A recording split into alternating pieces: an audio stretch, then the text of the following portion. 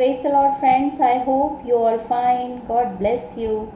प्रभु आप सभी को बहुत बहुत आशीष दें और आप निरंतर जो है परमेश्वर के वचन में बढ़ते रहें. और आज मैं जो है एक टॉपिक पे डिस्कशन करना चाहती हूँ.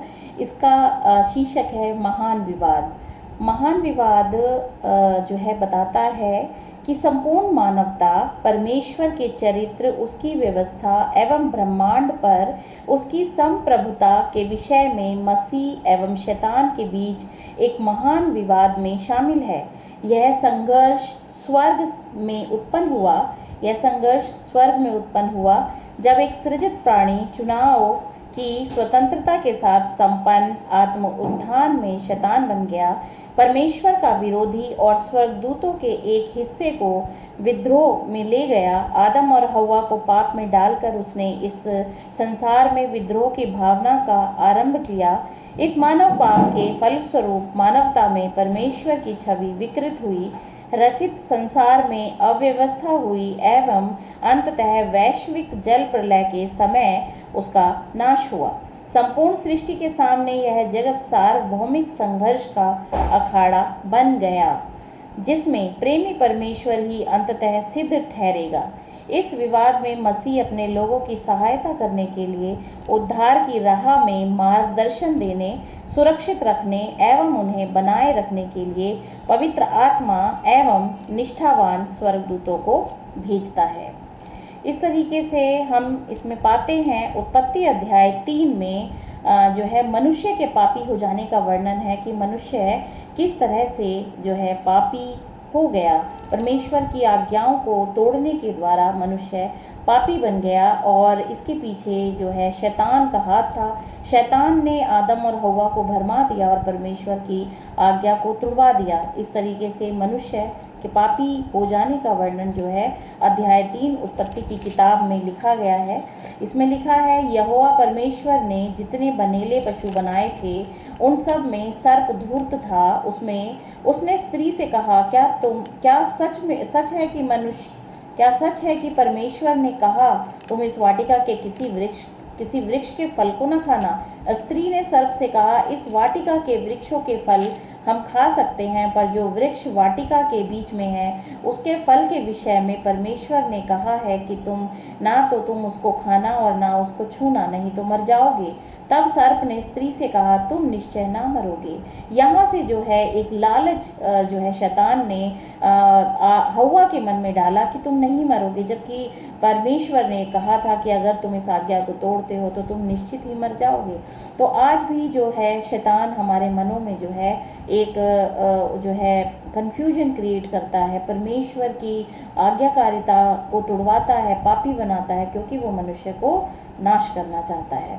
इस तरीके से शैतान ने हव्वा को कंफ्यूज कर दिया कि तुम निश्चय ना मरोगे, वरन परमेश्वर आप जानता है कि जिस दिन तुम उसका फल खाओगे उसी दिन तुम्हारी आंखें खुल जाएंगी और तुम भले बुरे का ज्ञान पाकर परमेश्वर के तुल्य हो जाओगे. यहाँ पे ये लालच भर दिया उसके मन में कि नहीं, तुम भी परमेश्वर के समान बन जाओगे, क्योंकि शैतान खुद जो है परमेश्वर के समान बनना चाहता था. इसीलिए उसने जो है स्वर्ग में जो है विरोध किया परमेश्वर का और जो है उसने पाप किया. पाप की उत्पत्ति स्वर्ग में हुई और उसने मनुष्य जाति को भी पाप में गिरा दिया.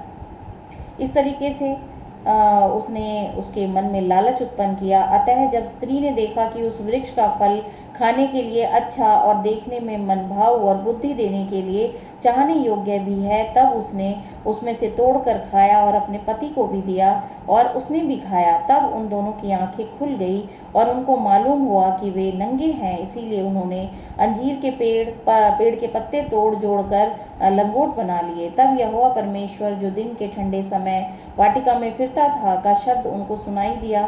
तब आदम और उसकी पत्नी वाटिका के वृक्षों के बीच यहोवा परमेश्वर से छिप गए. तब यहोवा परमेश्वर ने पुकार कर आदम से पूछा, तू कहाँ है? आज परमेश्वर हर एक मनुष्य से भी यही पूछ रहा है कि तू कहाँ है, तू कहाँ पाप में डूबा हुआ है. तू जो है तुझे तो मैंने बनाया था, लेकिन तूने बात हमेशा शैतान की मानी. परमेश्वर ने हमें अपने स्वरूप में बनाया है, लेकिन हम हमेशा ही शैतान की बातों को जो है मानते हैं, क्योंकि वो हमें लालच देता है, हमारी इच्छाओं का लालच देता है. और जिस तरह से आदम उसके जाल में फंसी, उस तरह से हर एक इंसान आज पाप के जाल में फंसा हुआ है। परमेश्वर ने कहा, तू कहाँ है? उसने कहा, मैं तेरा शब्द बारी में सुनकर डर गया था, क्योंकि मैं नंगा था इसीलिए छिप गया। उसने कहा, किसने तुझे बताया कि तू नंगा है? जिस वृक्ष का फल खाने को मैंने तुझे मना किया था, क्या तूने उसका फल खाया है? आदम ने कहा, जिस स्त्री को तूने मेरे संग रहने को दिया है, उसी ने उस वृक्ष का फल मुझे दिया और मैंने खाया। यहाँ पे आदम ने जो है स्त्री के ऊपर, हवा के ऊपर ब्लेम जो है लगाया, दोष लगाया, तो वो खुद भी जो है दोषी बन गया, क्योंकि उसको बुद्धि दी थी परमेश्वर ने और उसको कहा था कि तुम्हें इस फल को नहीं खाना है, फिर भी उसने खा लिया। इसका मतलब दोनों ही पाप में गिर गए, दोनों ने ही लालच किया, दोनों ने ही परमेश्वर की आज्ञा का उल्लंघन किया। तब यहोवा परमेश्वर ने स्त्री से कहा, तूने यह क्या किया है? स्त्री ने कहा, सर्प ने मुझे बहका दिया था, तब मैंने खाया। इस तरह से स्त्री ने भी ब्लेम किया उस शैतान पे। लेकिन क्या उन्होंने अपने आप को इसके लिए जिम्मेदार ठहराया कि हमने लालच में आके इस पाप को किया? उनके पास बुद्धि थी, लेकिन क्यों उन्होंने परमेश्वर की आज्ञा को स्मरण नहीं किया? क्यों वो परमेश्वर से नहीं डरे कि अगर हम इसको खाएंगे तो परमेश्वर का कोप हम पे भड़केगा?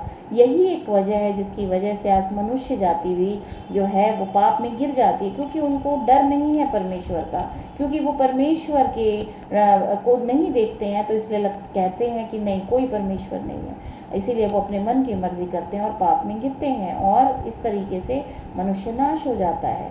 लेकिन परमेश्वर उससे प्यार करता है, उसके लिए हमेशा उसके हृदय में जो है करुणा है, क्योंकि वो जानता है कि मनुष्य मिट्टी है, मिट्टी से ही मैंने बनाया है। इसलिए वो हमेशा ही प्रभु यीशु मसीह के द्वारा जो है उस मनुष्य के पापों को क्षमा करके उसको एक नया जीवन देना चाहता है। लेकिन मनुष्य जाति उस जीवन को तभी एक्सेप्ट कर सकती है जब वो परमेश्वर से डरे। परमेश्वर से डरेगी तभी वो पश्चाताप करेगी और वो फिर पाप नहीं करेगी, और परमेश्वर का जीवन उसे मिलता है, उसका जीवन सुखमय हो सकता है। फिर रोमियो की किताब अध्याय 1 उसके 19 वर्ष से 32 वर्ष में पढ़ना चाहूँगी। यहाँ पे मनुष्य जाति का पाप है उसके बारे में बताया गया है। इसमें लिखा है, इसीलिए कि परमेश्वर के विषय का ज्ञान उनके मनों में प्रकट है। सब जानते हैं और उन्हें लगता है कि हाँ, कोई तो शक्ति है जो इस संसार को चला रही है। परमेश्वर के विषय का ज्ञान उनके मनों में प्रकट है, क्योंकि परमेश्वर ने उन पर प्रकट किया है। उसके अनदेखे गुण अर्थात उसकी सनातन सामर्थ और परमेश्वर तत्व जगत की सृष्टि के समय से उसके कामों के द्वारा देखने में आते हैं, यहाँ तक कि वे निरुत्तर हैं, इस कारण कि परमेश्वर को जानने पर भी उन्होंने परमेश्वर के योग्य बढ़ाई और धन्यवाद ना किया, परंतु व्यर्थ विचार करने लगे, यहाँ तक कि उनका निर्बुद्धि मन अंधेरा हो गया। वे अपने आप को बुद्धिमान जताकर मूर्ख बन गए। उनका मन जो है उसमें बुद्धि नहीं है, इसीलिए वो अपने मन मर्जी अनुसार जीवन जीते हैं और पाप करते हैं, और अविनाशी परमेश्वर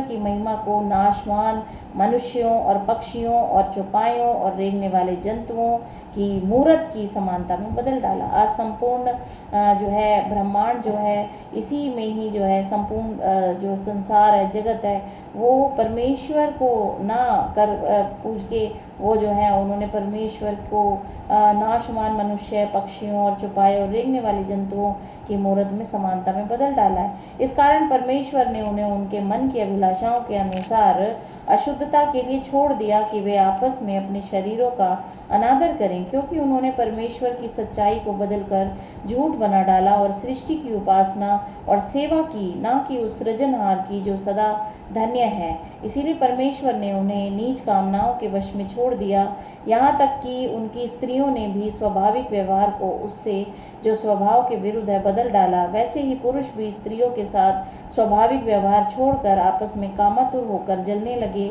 और पुरुषों ने पुरुषों के साथ निर्लज काम करके अपने भ्रम का ठीक फल पाया।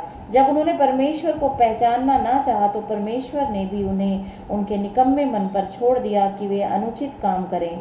इसीलिए वे सब प्रकार के अधर्म और दुष्टता और लोभ और बैर भाव से भर गए, और डाह और हत्या और झगड़े और छल और ईर्ष्या से भरपूर हो गए, और चुगलखोर और बदनाम करने वाले, परमेश्वर से घृणा करने वाले, दूसरों का अनादर करने वाले, अभिमानी, डींगमार, बुरी बातों के बनाने वाले, माता पिता की आज्ञा न मानने वाले, निर्बुद्धि, विश्वासघाती, माया रहित और निर्दय हो गए। वे तो परमेश्वर की यह विधि जानते हैं कि ऐसे ऐसे काम करने वाले मृत्यु के दंड के योग्य हैं, तो भी न केवल आप ऐसे ही काम करते हैं वरन करने वालों से प्रसन्न होते हैं। इस तरह से परमेश्वर की महिमा को उन्होंने जो है नाशमान चीज़ों में जो है बदल दिया।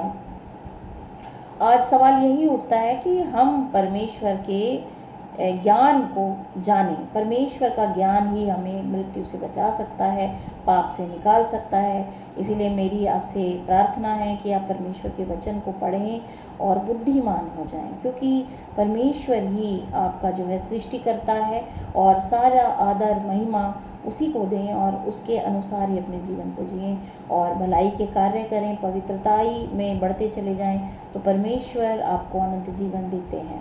प्रभु यीशु मसीह आपके ऊपर अपनी आशीषों को हमेशा बनाए रखें। आमीन।